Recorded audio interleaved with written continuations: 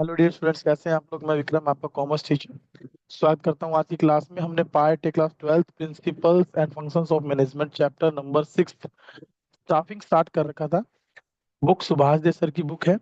और इस चैप्टर में अब तक हमने रिक्रूटमेंट प्रोसेस प्लस उसके एमसीक्यूज के बारे में डिस्कशन कर लिया था। आज हमारा टॉपिक रहेगा internal and external sources of recruitment. तो ज्यादा समय ना लगाते हुए अपनी क्लास को कंटिन्यू करता हूँ। स्क्रीन शेयरिंग में आपके हाथ कर देता हूँ। होप्स हो कि आपको स्क्रीन जो है क्लियरली दिखाई दे। यस या नो एक बार मुझे बता दीजिएगा।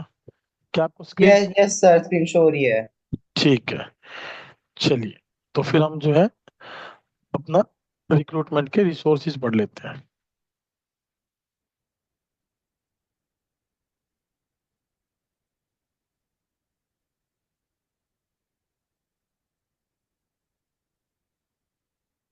चलिए, ये हमारा आज का टॉपिक है, recruitment internal and external sources.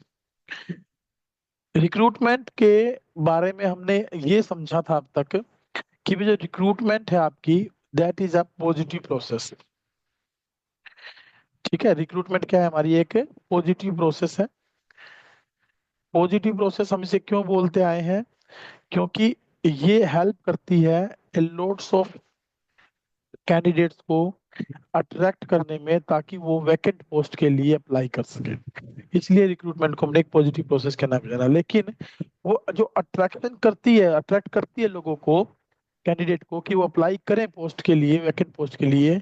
तो उस अट्रैक्शन के लिए सोर्सेज कौन कौन से हैं इसके पास, किन किन सोर्स के थ्रू रिक्रूटमेंट जो है उनको अट्रैक्ट करती है। तो उसमें हम सोर्सेज को दो हिस्सों में बांटते हैं।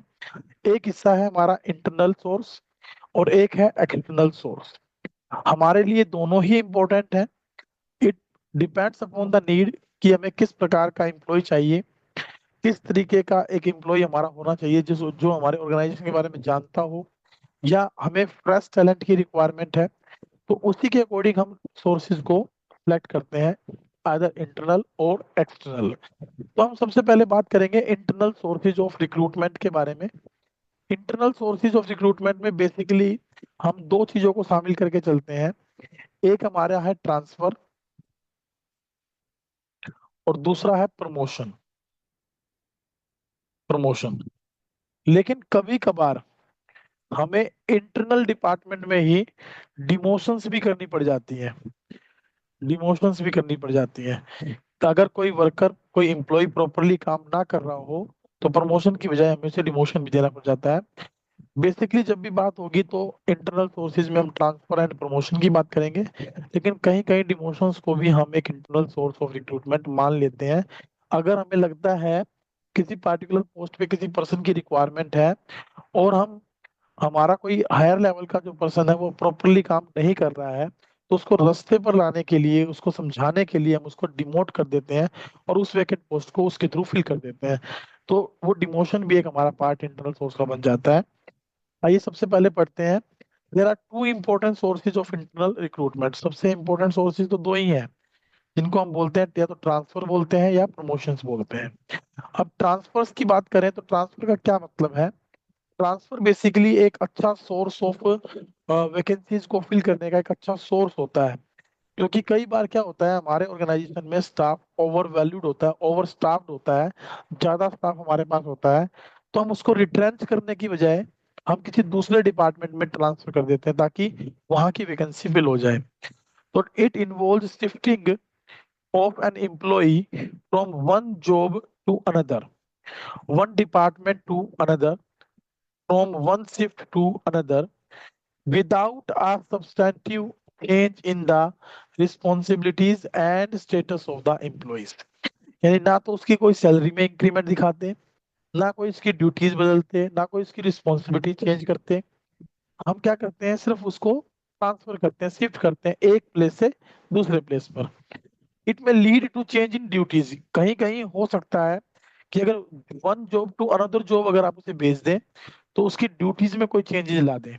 तो कहीं कहीं ड्यूटीज में चेंज आ सकता है, रिस्पॉन्सिबिलिटीज में चेंज आ सकता है, उसके काम करने की कंडीशंस में बदलाव किया जा सकता है। लेकिन नेसेसरली सैलरी में कोई चेंज हम नहीं करते। सैलरी में किसी प्रकार का कोई चेंजमेंट नहीं लाते। मैंने कहा कि without a substantive change in the responsibilities and status of employee means उसकी ड्यूटीज, उसकी रिस्पॉन्सिबिलिटी सब कुछ सेम रखते हैं, सैलरी सब कुछ सेम रखते हैं, लेकिन कभी कभार ऐसा हो जाता है कि अगर हमें उसे एक पार्टिकुलर जॉब से निकालकर दूसरी जॉब में ट्रांसफर कर रहे हैं, तो वहां पर हो सकता है उसका नेचर ऑफ ड्यूटी बदल जाए, नेचर ऑफ रिस्पॉन्सिबिलिटीज बदल जाए, वर्किंग कंडीशंस बदल जाए। तो उस कंडीशन में हम उसे ट्रांसफर बोलेंगे। और वहां पर ये कोई कंपल्सन नहीं है कि उसकी सैलरी में कोई चेंज करें, सैलरी में कम चेंजेस ना के बराबर मतलब नहीं होते हैं। Transfer is a good source of filing the vacancies, filling the vacancies.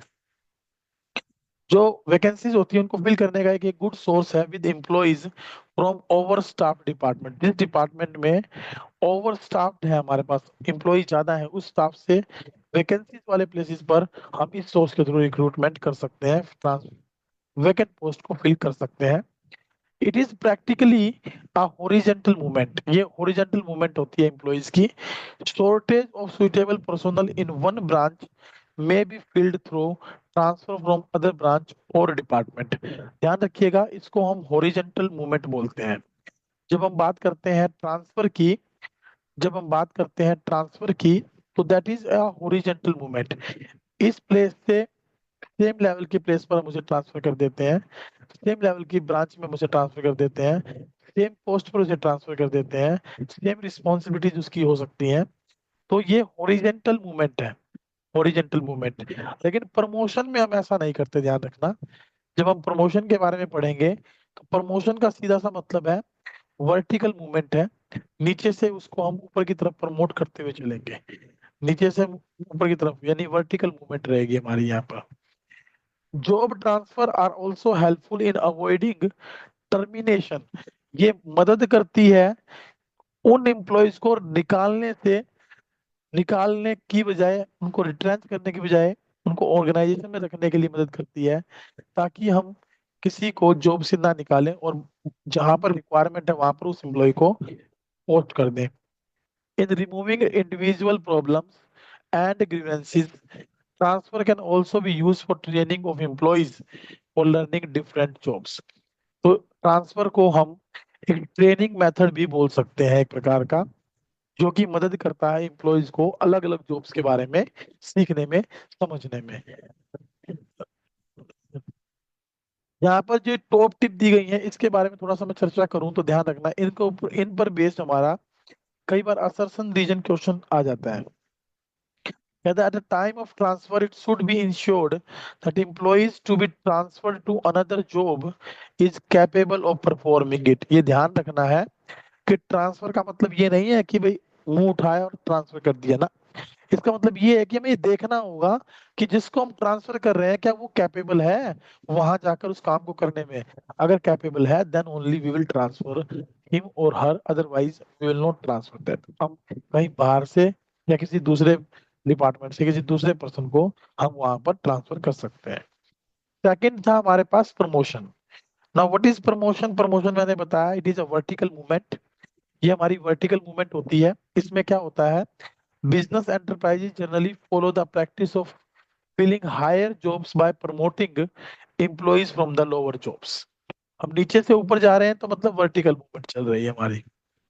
Promotion refers to shifting an employee to a higher position, carrying higher responsibilities, facilities, status, of course उसकी salary और पे, उसमें भी हम उसका हाइक देते हैं, तभी वो प्रमोशन पर जाने को तैयार होता है, तभी वो प्रमोशन पर जाकर अपने काम को प्रॉपरली कर पाता है। प्रमोशन क्या है? एक वर्टिकल शिफ्टिंग है of employees, vertical shifting. This practice helps to improve the motivation, loyalty, satisfaction level of employees. अब जब किसी एम्प्लॉय को आप इंटरनली प्रमोट करते हो तो डेफिनेटली उसके अंदर लॉयल्टी क्रिएट होती है, वो मोटिवेट होता है, उसको देखकर अदर एम्प्लॉयज भी मोटिवेट होते हैं, उसका सेटिस्फेक्शन लेवल भी बढ़ता है कि वो जिस पोस्ट पर आया था उस पोस्ट से वो ऊंची पोस्ट पर चला गया, उस पोस्ट से वो ऊंची पोस्ट पर उसको प्रमोट कर दिया गया। मैनेजमेंट का उसके ऊपर एक बिलीफ है। It has a great psychological impact, और इसका एक साइकोलॉजिकल इम्पैक्ट ये होता है over the employees because a promotion at a higher level may lead to chain of promotions at lower levels in the organization. तो उससे क्या होता है, ये नीचे के लेवल पे अदर एम्प्लॉयज काम कर रहे थे वो और मन लगाकर काम करते हैं और बढ़ चढ़ कर काम करते हैं, ऑर्गेनाइजेशन को अपना समझ कर काम करते हैं, ताकि उनको भी वो एक मौका मिल सके हायर लेवल पर जाने का, प्रमोशंस मिलने का। तो वो भी प्रमोशंस की तरफ देखते हैं, और चैन ऑफ प्रमोशंस जो है ना लोअर लेवल पर वो इंक्रीज हो जाती है, उसको बढ़ावा मिलता है। अब बात करें कि इंटरनल सोर्स ऑफ रिक्रूटमेंट की मेरिट्स क्या है और लिमिटेशंस क्या है। अगर हम बिना पढ़े इस बात पर चर्चा करें, तो सबसे पहले आप देखिए, एक वर्ड हमने यूज किया ट्रांसफर, एक वर्ड हमने यूज किया प्रमोशन। अब ट्रांसफर और प्रमोशन में बेसिक अंतर हमने समझ लिया क्या होता है कि ट्रांसफर के अंदर सैलरी का बढ़ना जरूरी नहीं है, रिस्पॉन्सिबिलिटी ड्यूटीज चेंज हो सकती हैं मगर बढ़ नहीं सकती हैं। लेकिन प्रमोशन में ड्यूटीज भी बढ़ जाएंगी, रिस्पॉन्सिबिलिटीज भी बढ़ जाएंगी, पे भी बढ़ जाएगी।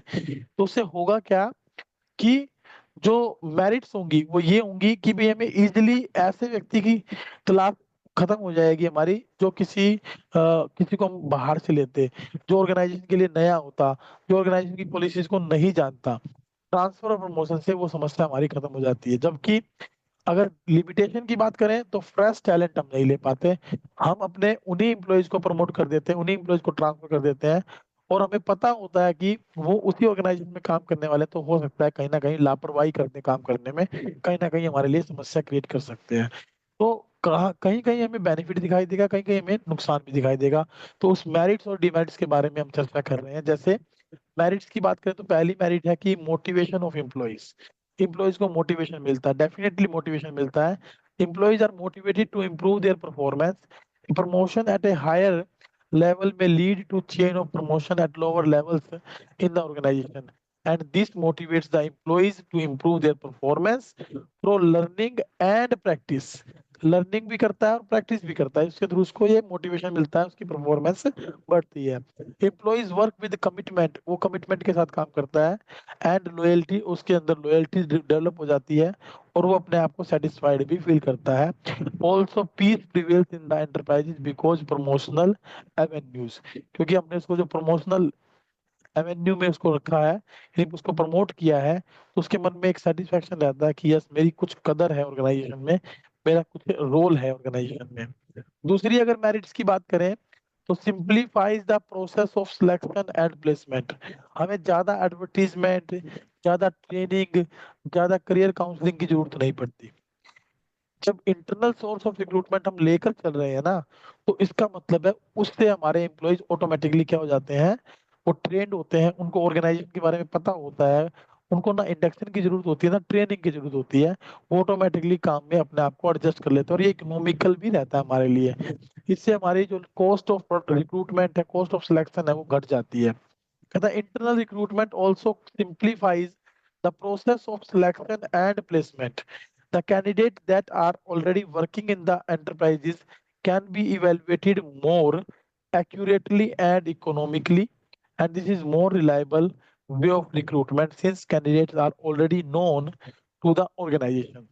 अब देखिए जहां पर हम इसे मेरिट समझ रहे हैं, हो सकता है दूसरी तरफ हम उसे एक डीमेरिट के तौर पे भी कंसिडर कर लें। जहां पर हम समझ रहे हैं कि एम्प्लॉयज को मोटिवेट किया जाता है, वहाँ हो सकता है कि हम ये समझ लें कि भाई कोई भी प्रमोशन पॉलिसी जब हम फॉलो करते हैं, तो कोई ऐसा पर्सन भी प्रमोट हो सकता है जो बड़ा ही लेजी हो, बड़ा ही कामचोर हो, तो उस कंडीशन में हमारे लिए डिमेरिट्स भी क्रिएट कर सकते हैं। आइए लिमिटेशन पर बात करें जरा। तो पहली लिमिटेशन है इसकी, reducing scope of induction of fresh talent. Fresh talent हमें नहीं मिल पाता क्योंकि हमने ऑलरेडी जो ऑर्गेनाइजेशन में काम करने वाले एम्प्लॉय है उसको हमने प्रमोशन दी है। So when vacancies are filled through the internal promotions, the scope of induction of fresh talent is reduced। तो fresh talent का scope जो है वो हमारा reduce हो जाता है, कम हो जाता है। Hence, complete reliance on the internal recruitment involves danger of inbreeding by stopping infusion of new blood into organization। Inbreeding होता है कि वो अपने आप में फील करने लग जाते हैं, तो हमारा जन्मसिद्ध अधिकार है कि भाई हमें ऑटोमेटिकली यहाँ प्रमोशन तो मिल ही जानी है। और इससे क्या होता है कि नया ब्लड जो है, नया जो टैलेंट है, फ्रेश टैलेंट है, उसका उसकी क्रिएटिविटी को हम इन्फ्यूजन में नहीं लेकर आ पाते, उसको हम ऑर्गेनाइजेशन में शामिल नहीं कर पाते। सेकंड है employees may become lethargic. Lethargic होता है एक प्रकार से लेजी, आलसी। और the employees may become lethargic if they are sure for time bound promotion. अगर हमने टाइम बाउंड प्रमोशन रखी हुई है तो उससे एम्प्लॉयज निश्चिंत हो जाता है, आलसी हो जाता है, वो काम करे या ना करे उसको पता होता है कि उसका प्रमोशन तो डेफिनेटली होना ही होना है। ऐसा कई बार आपने देखा होगा कि जो गवर्नमेंट एम्प्लॉय होते हैं उनके साथ ये ऐसा होता है कि टाइम बाउंड प्रमोशन होती है उनकी। टाइम बाउंड प्रमोशन का मतलब है कि अगर कोई एज ए टीचर किसी ने ज्वाइन किया है तो वो वाइस प्रिंसिपल, प्रिंसिपल, डीईओ तक जो है क्या कर जाता है, ग्रो कर जाता है। उनको पता होता है टाइम बाउंड प्रमोशन है, तो हो सकता है कि वो यहाँ अच्छा काम कर रहा हो और इस बात को जानकर कि टाइम बाउंड प्रमोशन से मिलनी ही मिलनी है, वो यहाँ आकर काम कर दे, यहाँ आकर बिल्कुल काम कर दे, यहाँ आकर बिल्कुल ही लेथार्जिक हो जाए, बिल्कुल ही काम करना बंद कर दे। तीसरा, अगर हम मेरिट्स और डिमेरिट्स पर चर्चा करें तो मेरिट्स में अगर बात करें थर्ड, तो टूल ऑफ ट्रेनिंग, हमने जैसे पहले समझा कि ट्रांसफर को हमने एक टूल ऑफ ट्रेनिंग के तौर पर समझ सकते हैं। इससे एम्प्लॉय प्रिपेयर करते हैं अपने आप को for the higher jobs. And also people recruited within the organisation do not need induction training, उन्हें हमें ट्रेनिंग देने की भी जरूरत नहीं होती, तो ऑटोमेटिकली ये हमारा एक टूल ऑफ ट्रेनिंग के तौर पे काम करता है। वहीं पर इसकी डिमेरिट्स के बारे में अगर बात करें तो इनकम्प्लीट सोर्स है ये। इससे हमें कंप्लीट सोर्स, इनकम्प्लीट सोर्स का मतलब है प्रॉपरली जिस क्वालिफिकेशन, जिस क्वालिटी, जिस सफिशिएंसी के साथ पर्सन को हम एम्प्लॉय करना चाहते हैं वो हमें नहीं मिल पाता।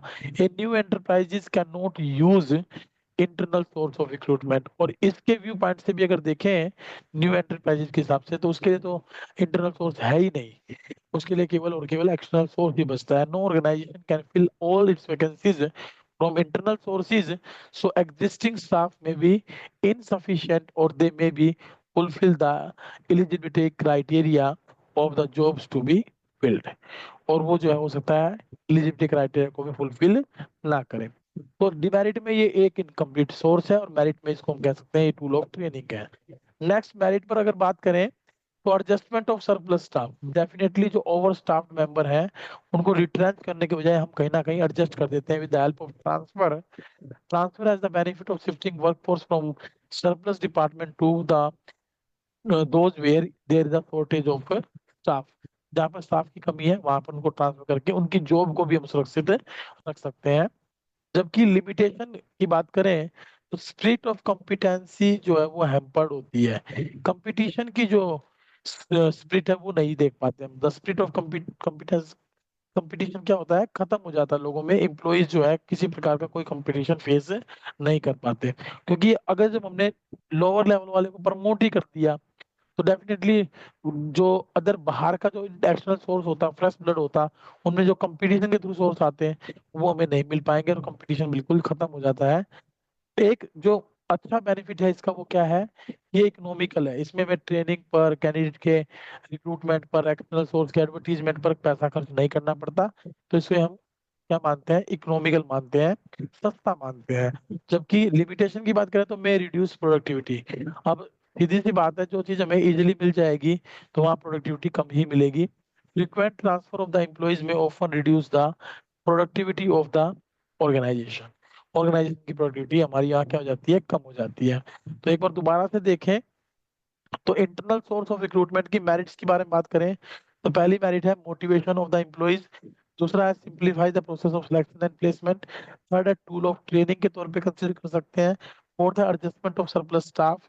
एंड नेक्स्ट वन है इकोनॉमिकल, ये हमारा क्या होता है, इकोनॉमिकल होता है। जबकि अगर लिमिटेशन के बारे में बात करें तो पहली लिमिटेशन थी कि हमें जो फ्रेश टैलेंट है वो नहीं मिल पाता। दूसरा, एक एग्जिस्टिंग एम्प्लॉयज लेथार्जिक हो सकता है। तीसरा, ये एक इनकम्प्लीट सोर्स होता है for the new department, new organisation.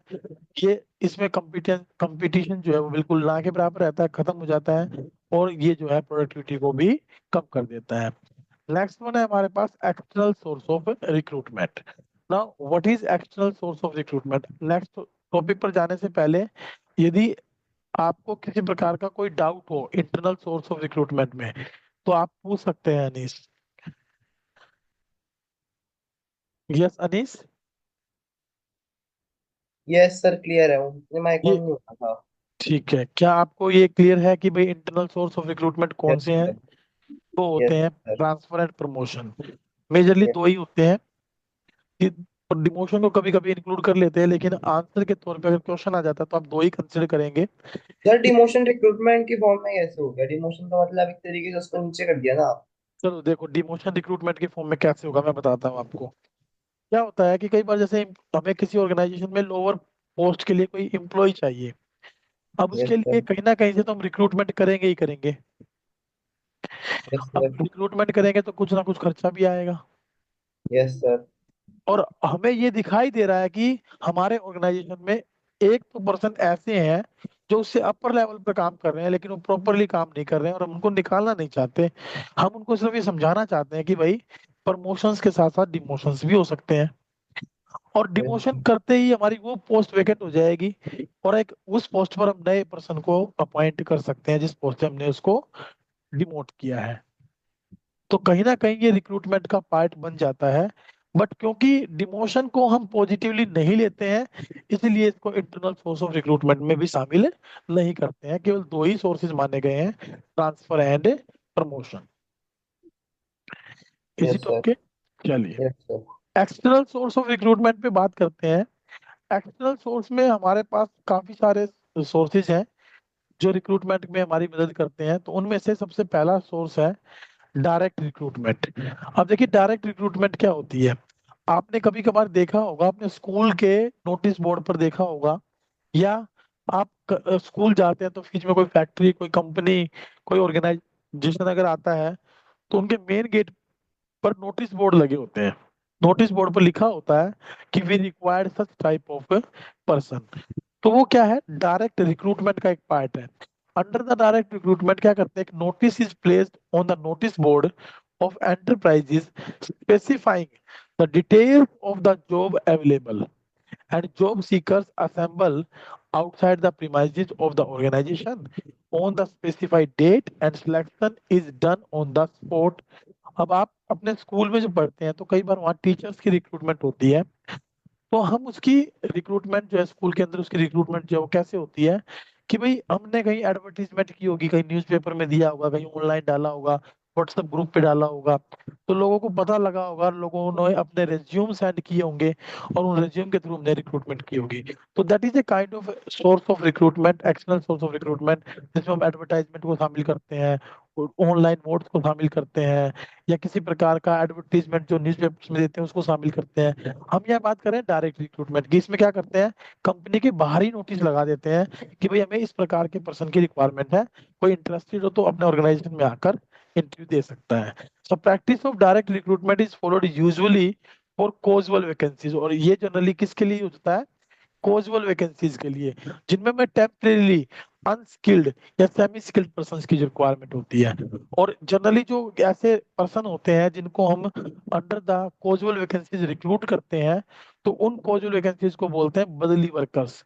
बदली वर्कर्स, बदली वर्कर्स क्या होते हैं कि भाई उस पोजीशन पर पहले कुछ लोग काम कर रहे थे, but due to of any festival या due to of any change in wages system, या जो है कोई रेमुनरेशन या हॉलीडे या छुट्टी की वजह से कोई एम्प्लॉय छोड़ के चला गया, तो उसकी जगह में नया एम्प्लॉय चाहिए, वो भी टेम्परेरी वर्क के लिए, स्किल्ड हो या अनस्किल्ड हो, कैसा भी हो सकता है। तो उनको हमने बदला है। तो उन काजुअल वैकेंसीज के लिए जो एम्प्लॉयज को हमने बदला है, तो उसे इसलिए हम उनको क्या बोल देते हैं, बदली वर्कर्स।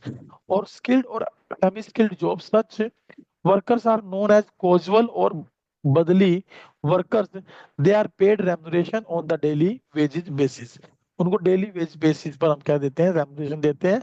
और अगर नेक्स्ट डे वो नहीं आता है तो हम नए पर्सन को वहां पर काम के लिए रख लेते हैं। अब ये किन के लिए सुइटेबल है, it is suitable for filling the casual vacancies.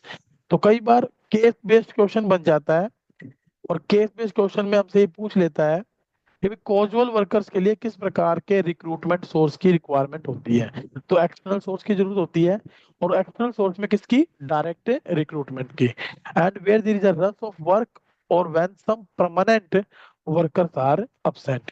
और ये जनरली कहाँ पर होता है, जहाँ पर या तो परमानेंट वर्कर छुट्टी पर है, या वो absent हो गए हैं, या फिर कुछ ऐसे वर्कर जो टेम्परेरी जॉब कर रहे थे और वो छोड़कर चले गए, तो उनकी जगह में नए वर्कर्स की रिक्वायरमेंट है। इसका एडवांटेज क्या है, The method of recruitment is very inexpensive as it does not involve any cost of advertisement. तो ये आप कह सकते हैं कि ये इकोनॉमिकल है। क्या है ये? इकोनॉमिकल है, क्योंकि इसमें हमें ज्यादा पैसा खर्च नहीं करना पड़ता एडवर्टाइजमेंट पर।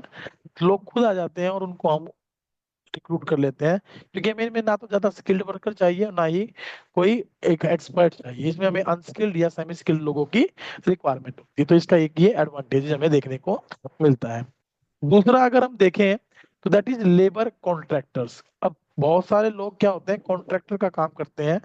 तो ऐसे कुछ लोग लेबर कॉन्ट्रैक्टर का भी काम करते हैं, जो अपने पास लेबर पावर को अवेलेबल रखते हैं, एज पर द डिमांड वो लेबर को प्रोवाइड करते हैं। इसका बेसिक अगर हम बात करें लेबर कॉन्ट्रैक्टर्स की, तो ये क्या करते हैं, maintain close contacts with the labours and they can provide required laborers and they can provide the required number of unskilled workers at short notice. Very short notice पर, इस पर भी एक केस स्टडी बन जाती है कि भाई शॉर्ट नोटिस पर अगर हमें रिसोर्सेज की रिक्वायरमेंट है, रिक्रूटमेंट की करने की जरूरत है, तो हम किस प्रकार का सोर्स ऑफ रिक्रूटमेंट फॉलो करेंगे? तो हम लेबर कॉन्ट्रैक्टर्स की बात करेंगे। Workers are recruited through labour contractors who are themselves employees of the organisation. जो हो सकता है कि वो उस ऑर्गेनाइजेशन का कोई एम्प्लॉई हो, जो जिनका जिसका कॉन्ट्रैक्टर जिसका कॉन्ट्रैक्ट कॉन्टैक्ट हो लेबर पावर के साथ, लेबरर्स के साथ, तो वो शॉर्ट नोटिस पर उनको अवेलेबल करवा सकता है। इसका सबसे बड़ा डिसएडवांटेज क्या है? If the contractor himself decide to leave the organisation, अगर वो खुद ऑर्गेनाइजेशन को छोड़ने का निर्णय ले ले, तो all the workers employed through him will follow shoot.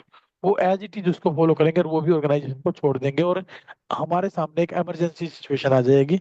उस वक्त हमारे लिए एम्प्लॉयज को ढूंढ पाना मुश्किल हो जाएगा। ये इसका एक डिसएडवांटेज है। थर्ड है कोजुअल कॉलर्स। कोजुअल कॉलर्स कौन होते हैं? भाई ये वो व्यक्ति होते हैं जिनके हमने रेज्यूम्स इकट्ठे कर रखे हैं, जिनके हमने डाटाबेस में अपना डाटा रखे हुए था कि भाई जरूरत पड़ने पर इनको हम बुला लेंगे, वो उनको बोलते हैं casual callers.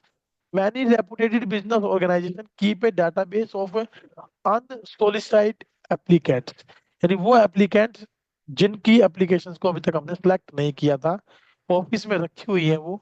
Such job seekers can be valuable source of manpower, and a list of such job seeker can be prepared and can be screened to fill the vacancies as they arise। और जैसे ही किसी प्रकार की vacancy उनके लायक open होती है, हम उनको उसके थ्रू भर सकते हैं। इसका एडवांटेज क्या है कि ये हमारी कॉस्ट को कम करती है, कॉस्ट ऑफ रिक्रूटमेंट को कम करती है। क्यों? क्योंकि इनका डाटा ऑलरेडी हमारे पास होता है, workforce in comparison to the other sources. और जो बाहर के लोगों को अगर हम अपॉइंट करेंगे, तो उनके मुकाबले ये इनको रिक्रूट करने में हमारी लागत कम ही आएगी। इसीलिए ये हमारी जो रिक्रूटमेंट कॉस्ट है उसको कम करके चलती है। नेक्स्ट है एम्प्लॉयमेंट एक्सचेंज। अब आजकल आपने एम्प्लॉयमेंट एक्सचेंज के बारे में काफी सुना होगा। आजकल एम्प्लॉयमेंट एक्सचेंज में क्या होता है कि after twelfth, graduation, post graduation, लोग अपना रजिस्ट्रेशन करवा देते हैं। रजिस्ट्रेशन तो as per the registration qualification, जो भी उनकी क्वालिफिकेशन है उसके अकॉर्डिंग यदि कहीं पर कोई जॉब निकलती है, तो उन लोगों को प्रेफरेंस दी जाती है। स्किल्ड, अनस्किल्ड, सेमी स्किल्ड, किसी भी प्रकार की जॉब होती है, तो एज पर द क्वालिफिकेशन उन लोगों को गवर्नमेंट क्या करती है, जो ना प्राइमरी फेस क्या रखती है उनका, उनको प्रेफरेंस देती है।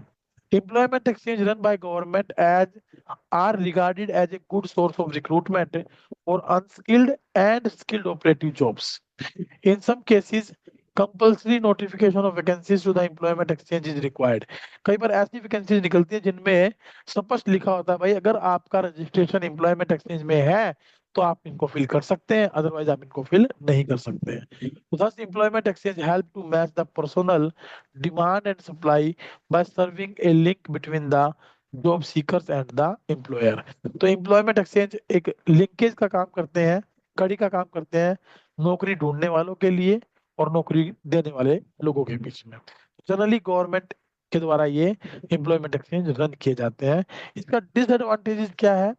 बेसिकली ये इनमें डाटा अप टू डेट नहीं रहता हमारा। Records of unemployment, records of employment exchange क्या है, और often not up to date and many of the candidates referred by them may not be found suitable, और उनको जो है ना प्रॉपर तरीके से जो वर्कर्स होते हैं, एम्प्लॉय होते हैं, उनको जॉब नहीं मिल पाती, या ऑर्गेनाइजेशन को सुइटेबल एम्प्लॉयज नहीं मिल पाते।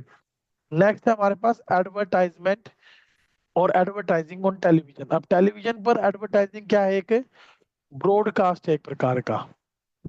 इसमें हम क्या करते हैं, एडवर्टीजमेंट करते हैं, तो लाखों लोगों को इसके बारे में पता लगता है, करोड़ों लोगों को इसके बारे में पता लगता है, और वो इजिली उस ऑर्गेनाइजेशन तक पहुंच जाते हैं जहां पर इस प्रकार की वैकेंसी देखने को मिलती है। तो practice of telecasting of vacant post over television is gaining importance nowadays.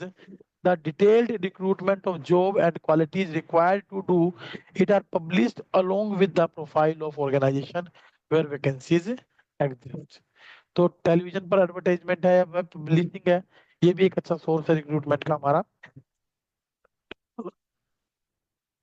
Internet is becoming a common source of recruitment these days. These are there are certain websites specifically designed and dedicated for the purpose of providing information, जैसे naukri.com है, या फिर आपका जो हम कहते हैं jobseekers.com है, या किसी प्रकार का कोई अदर बहुत सारी है। जैसे नौकरी के साथ साथ हम बात करते हैं क्या कहते हैं इसको, मतलब काफी सारी हैं, अभी नाम ध्यान में नहीं आ रहे। तो सारे के सारे क्या करते हैं कि जॉब में, अब जॉब अगर किसी को लेनी है तो वहां पर लोग अपना रजिस्ट्रेशन करवा देते हैं। ये पेड होते हैं, इन पर पेमेंट के थ्रू रजिस्ट्रेशन होता है, और वो अगर उनके लायक कोई जॉब होती है तो उनमें उनका इंटरव्यू कराने में सक्षम होते हैं। About both job seekers and job opening like job naukri.com. In fact, websites are very commonly visited both by prospective employees and organization searching for the suitable people. दोनों यानी ऑर्गेनाइजेशन भी और एम्प्लॉयज भी इनको फ्रिक्वेंटली विजिट करते रहते हैं, ताकि उनको एज पर द रिक्वायरमेंट्स जो डिमांड और सप्लाई है वो फुलफिल हो सके उनके आपस में। नेक्स्ट है हमारे पास एडवर्टाइजमेंट इन द न्यूज़पेपर और ट्रेड और प्रोफेशनल जर्नल्स।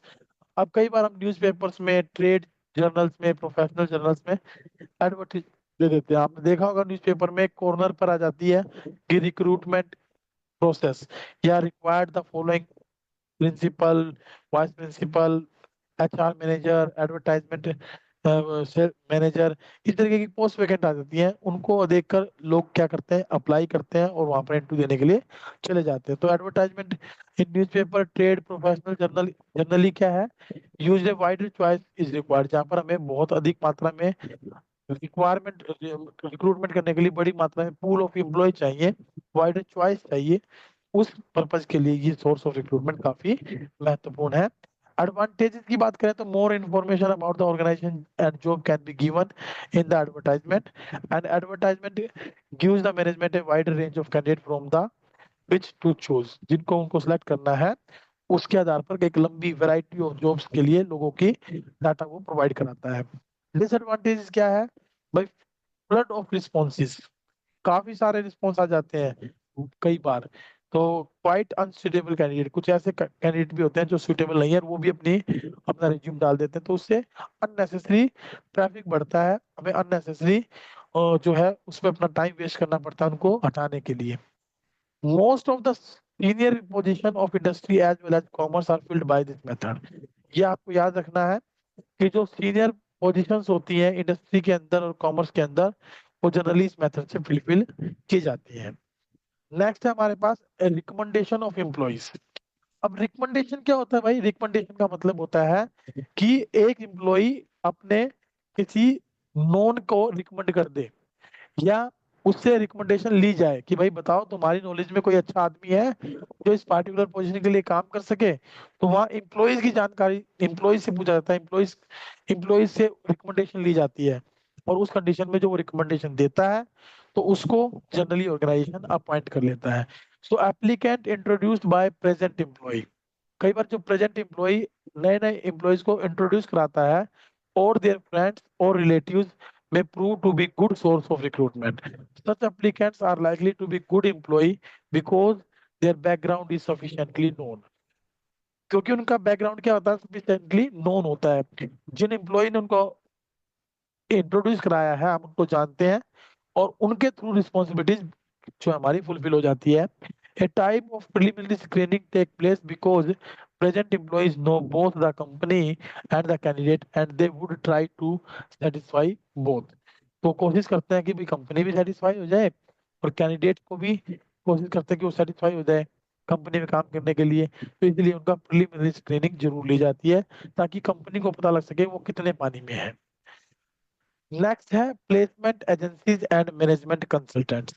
अब कुछ प्लेसमेंट एजेंसीज होती हैं और कुछ मैनेजमेंट कंसल्टेंट्स होते हैं जिनके थ्रू हम क्या कर सकते हैं, रिक्रूटमेंट कर सकते हैं। In technical and professional areas private agencies and professional bodies appear to doing substantive work.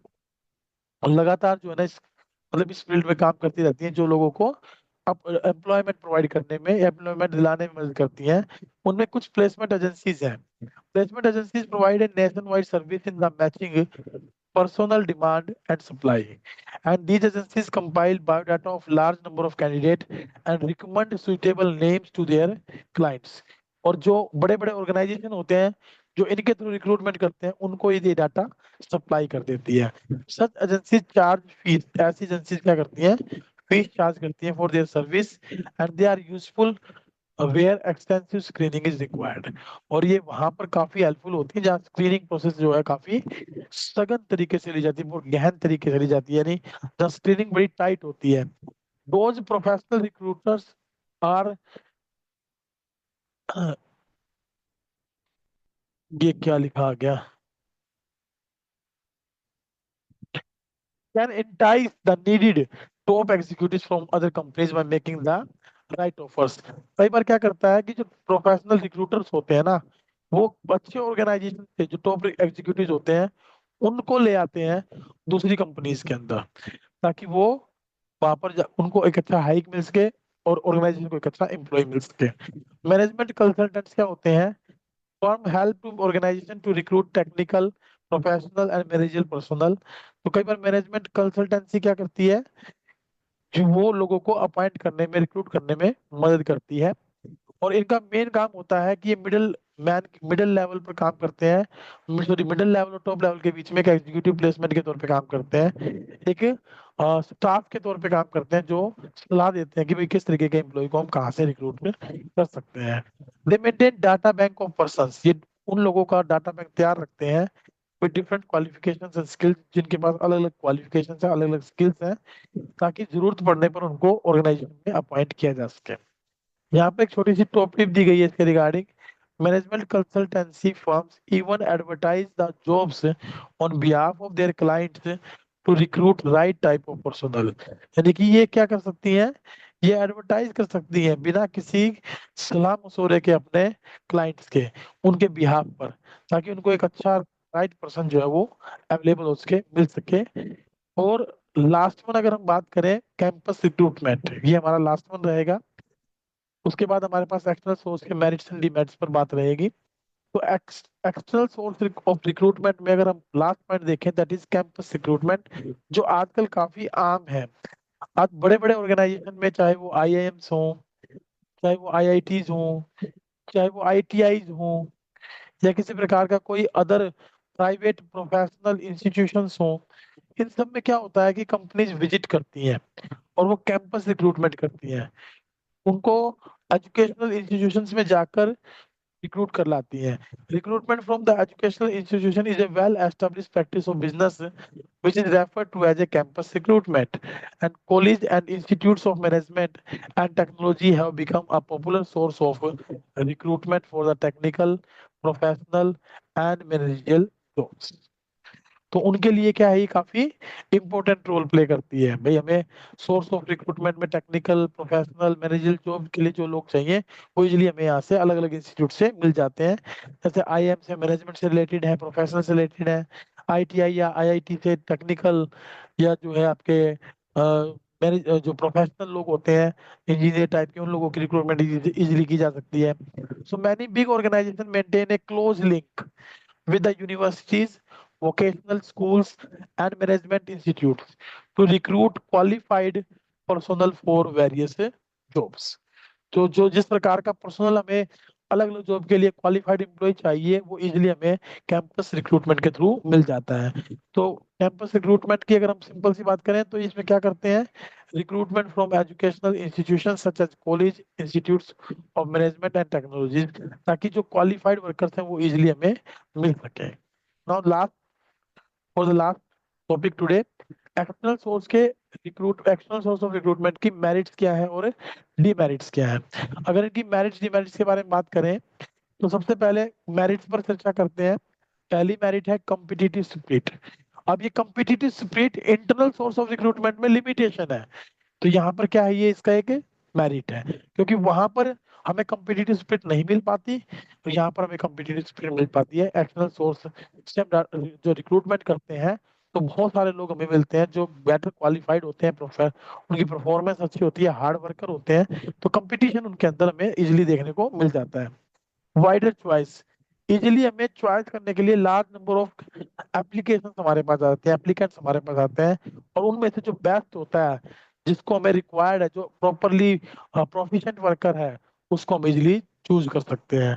Qualified भी मिल जाते हैं। अब by using external source of recruitment, management can attract qualified and trained people, so apply for the vacant jobs in the organisation. तो generally क्या करते हैं recruitment में, हम काफी सारे लोगों को अप्लाई करवाते हैं, अट्रैक्ट करते हैं, और उनको ट्रेन करते हैं उनको सिलेक्ट करने के बाद, ताकि वो वेकेंट पोस्ट पर अप्लाई कर, जो अप्लाई किया तो इजिली उनको फिल किया जा सके। फ्रेश टैलेंट हमें इजिली मिल जाता है यहाँ पर। बात देखी जाए तो चारों बातें सेम ही है, सभी में हम एक्सेल के बारे में बात कर रहे हैं। फ्रेश टैलेंट होगा तो क्वालिफाइड प्रोफेशनल मिलेगा, क्वालिफाइड प्रोफेशनल होगा तो वाइडर चॉइस होगी, वाइडर चॉइस होगी क्यों, क्योंकि उनके बीच में कंपटीशन होगा, और कंपटीशन के बेस पे बेस्ट निकल कर हमारे सामने आएगा। और अगर हम बात करें लिमिटेशन की, तो ये एक कॉस्टली प्रोसेस है, क्योंकि इसमें हमें काफी सारा पैसा एडवर्टाइजमेंट पर, प्रोसेसिंग ऑफ एप्लीकेंट्स, एप्लीकेशंस पर खर्च करना पड़ता है। लेंथी प्रोसेस है। Recruitment from the external source क्या है, एक लंबा समय ले लेता है, और अगर हमें इंस्टेंटली हमें किसी एम्प्लॉय की रिक्वायरमेंट है तो हम उसको अपॉइंट नहीं कर पाते हैं, तो ये एक लेंथी प्रोसेस के तौर पर देखा गया है। और इसमें dissatisfaction among the existing staff, अगर हम बाहर से स्टाफ लेते हैं तो जो इंटरनल स्टाफ है उनमें कहीं ना कहीं डिससेटिस्फेक्शन आ जाता है, वो कहीं ना कहीं डिमोटिवेट हो जाते हैं, वो कहीं ना कहीं अपने आप को फील करते हैं कि भाई उनको प्रमोशन के जो चांसेस मिलने थे वो कम हो गए हैं। तो ये जो है बेसिकली क्या है, इनकी लिमिटेशंस है। तो ओवरऑल जो हमने आज देखा, तो उसमें मैं आपको यही कहूंगा कि भाई इंटरनल सोर्स ऑफ रिक्रूटमेंट हमने देखे, ट्रांसफर एंड प्रमोशन, और फिर हमने उनकी मेरिट और डिमेरिट्स के बारे में बात की। फिर हमने देखा कि भाई एक्सटर्नल सोर्स ऑफ रिक्रूटमेंट कौन से हैं, और उन एक्सटर्नल सोर्स ऑफ रिक्रूटमेंट में हमने उनकी मेरिट्स और डिमेरिट्स के बारे में बात की। तो कल हम जो है जो क्लास लेंगे वो इनके ऊपर कुछ एमसीक्यू बेस्ड क्वेश्चंस पर लेंगे। टिल दैट अगर किसी प्रकार का इनमें कोई डाउट आपको लग रहा है, कोई बात आपने पूछनी है, तो आप पूछ सकते हैं। आपको लगता है कि आपको सारी बातें समझ में आ रही हैं, अच्छे से क्लियर हो यस रही हैं, सर। तो देन दैट इज गुड। लेकिन फिर भी कहीं ना कहीं किसी ना किसी पॉइंट में ऐसा महसूस हुआ हो कि डाउट है, तो आप पूछ लें, और अदरवाइज हम आज क्लास को यहीं पर ब्रेक देते हैं। सर डाउट तो नहीं है। चलिए ठीक है, फिर क्लास को यहाँ रोकते हैं, और कल अपनी क्लास को नए टॉपिक के साथ और इनके कुछ एमसीक्यू के साथ स्टार्टअप करेंगे, ठीक है। Okay sir, bye thank you, sir. Bye bye, thank you very much, bye bye, take care.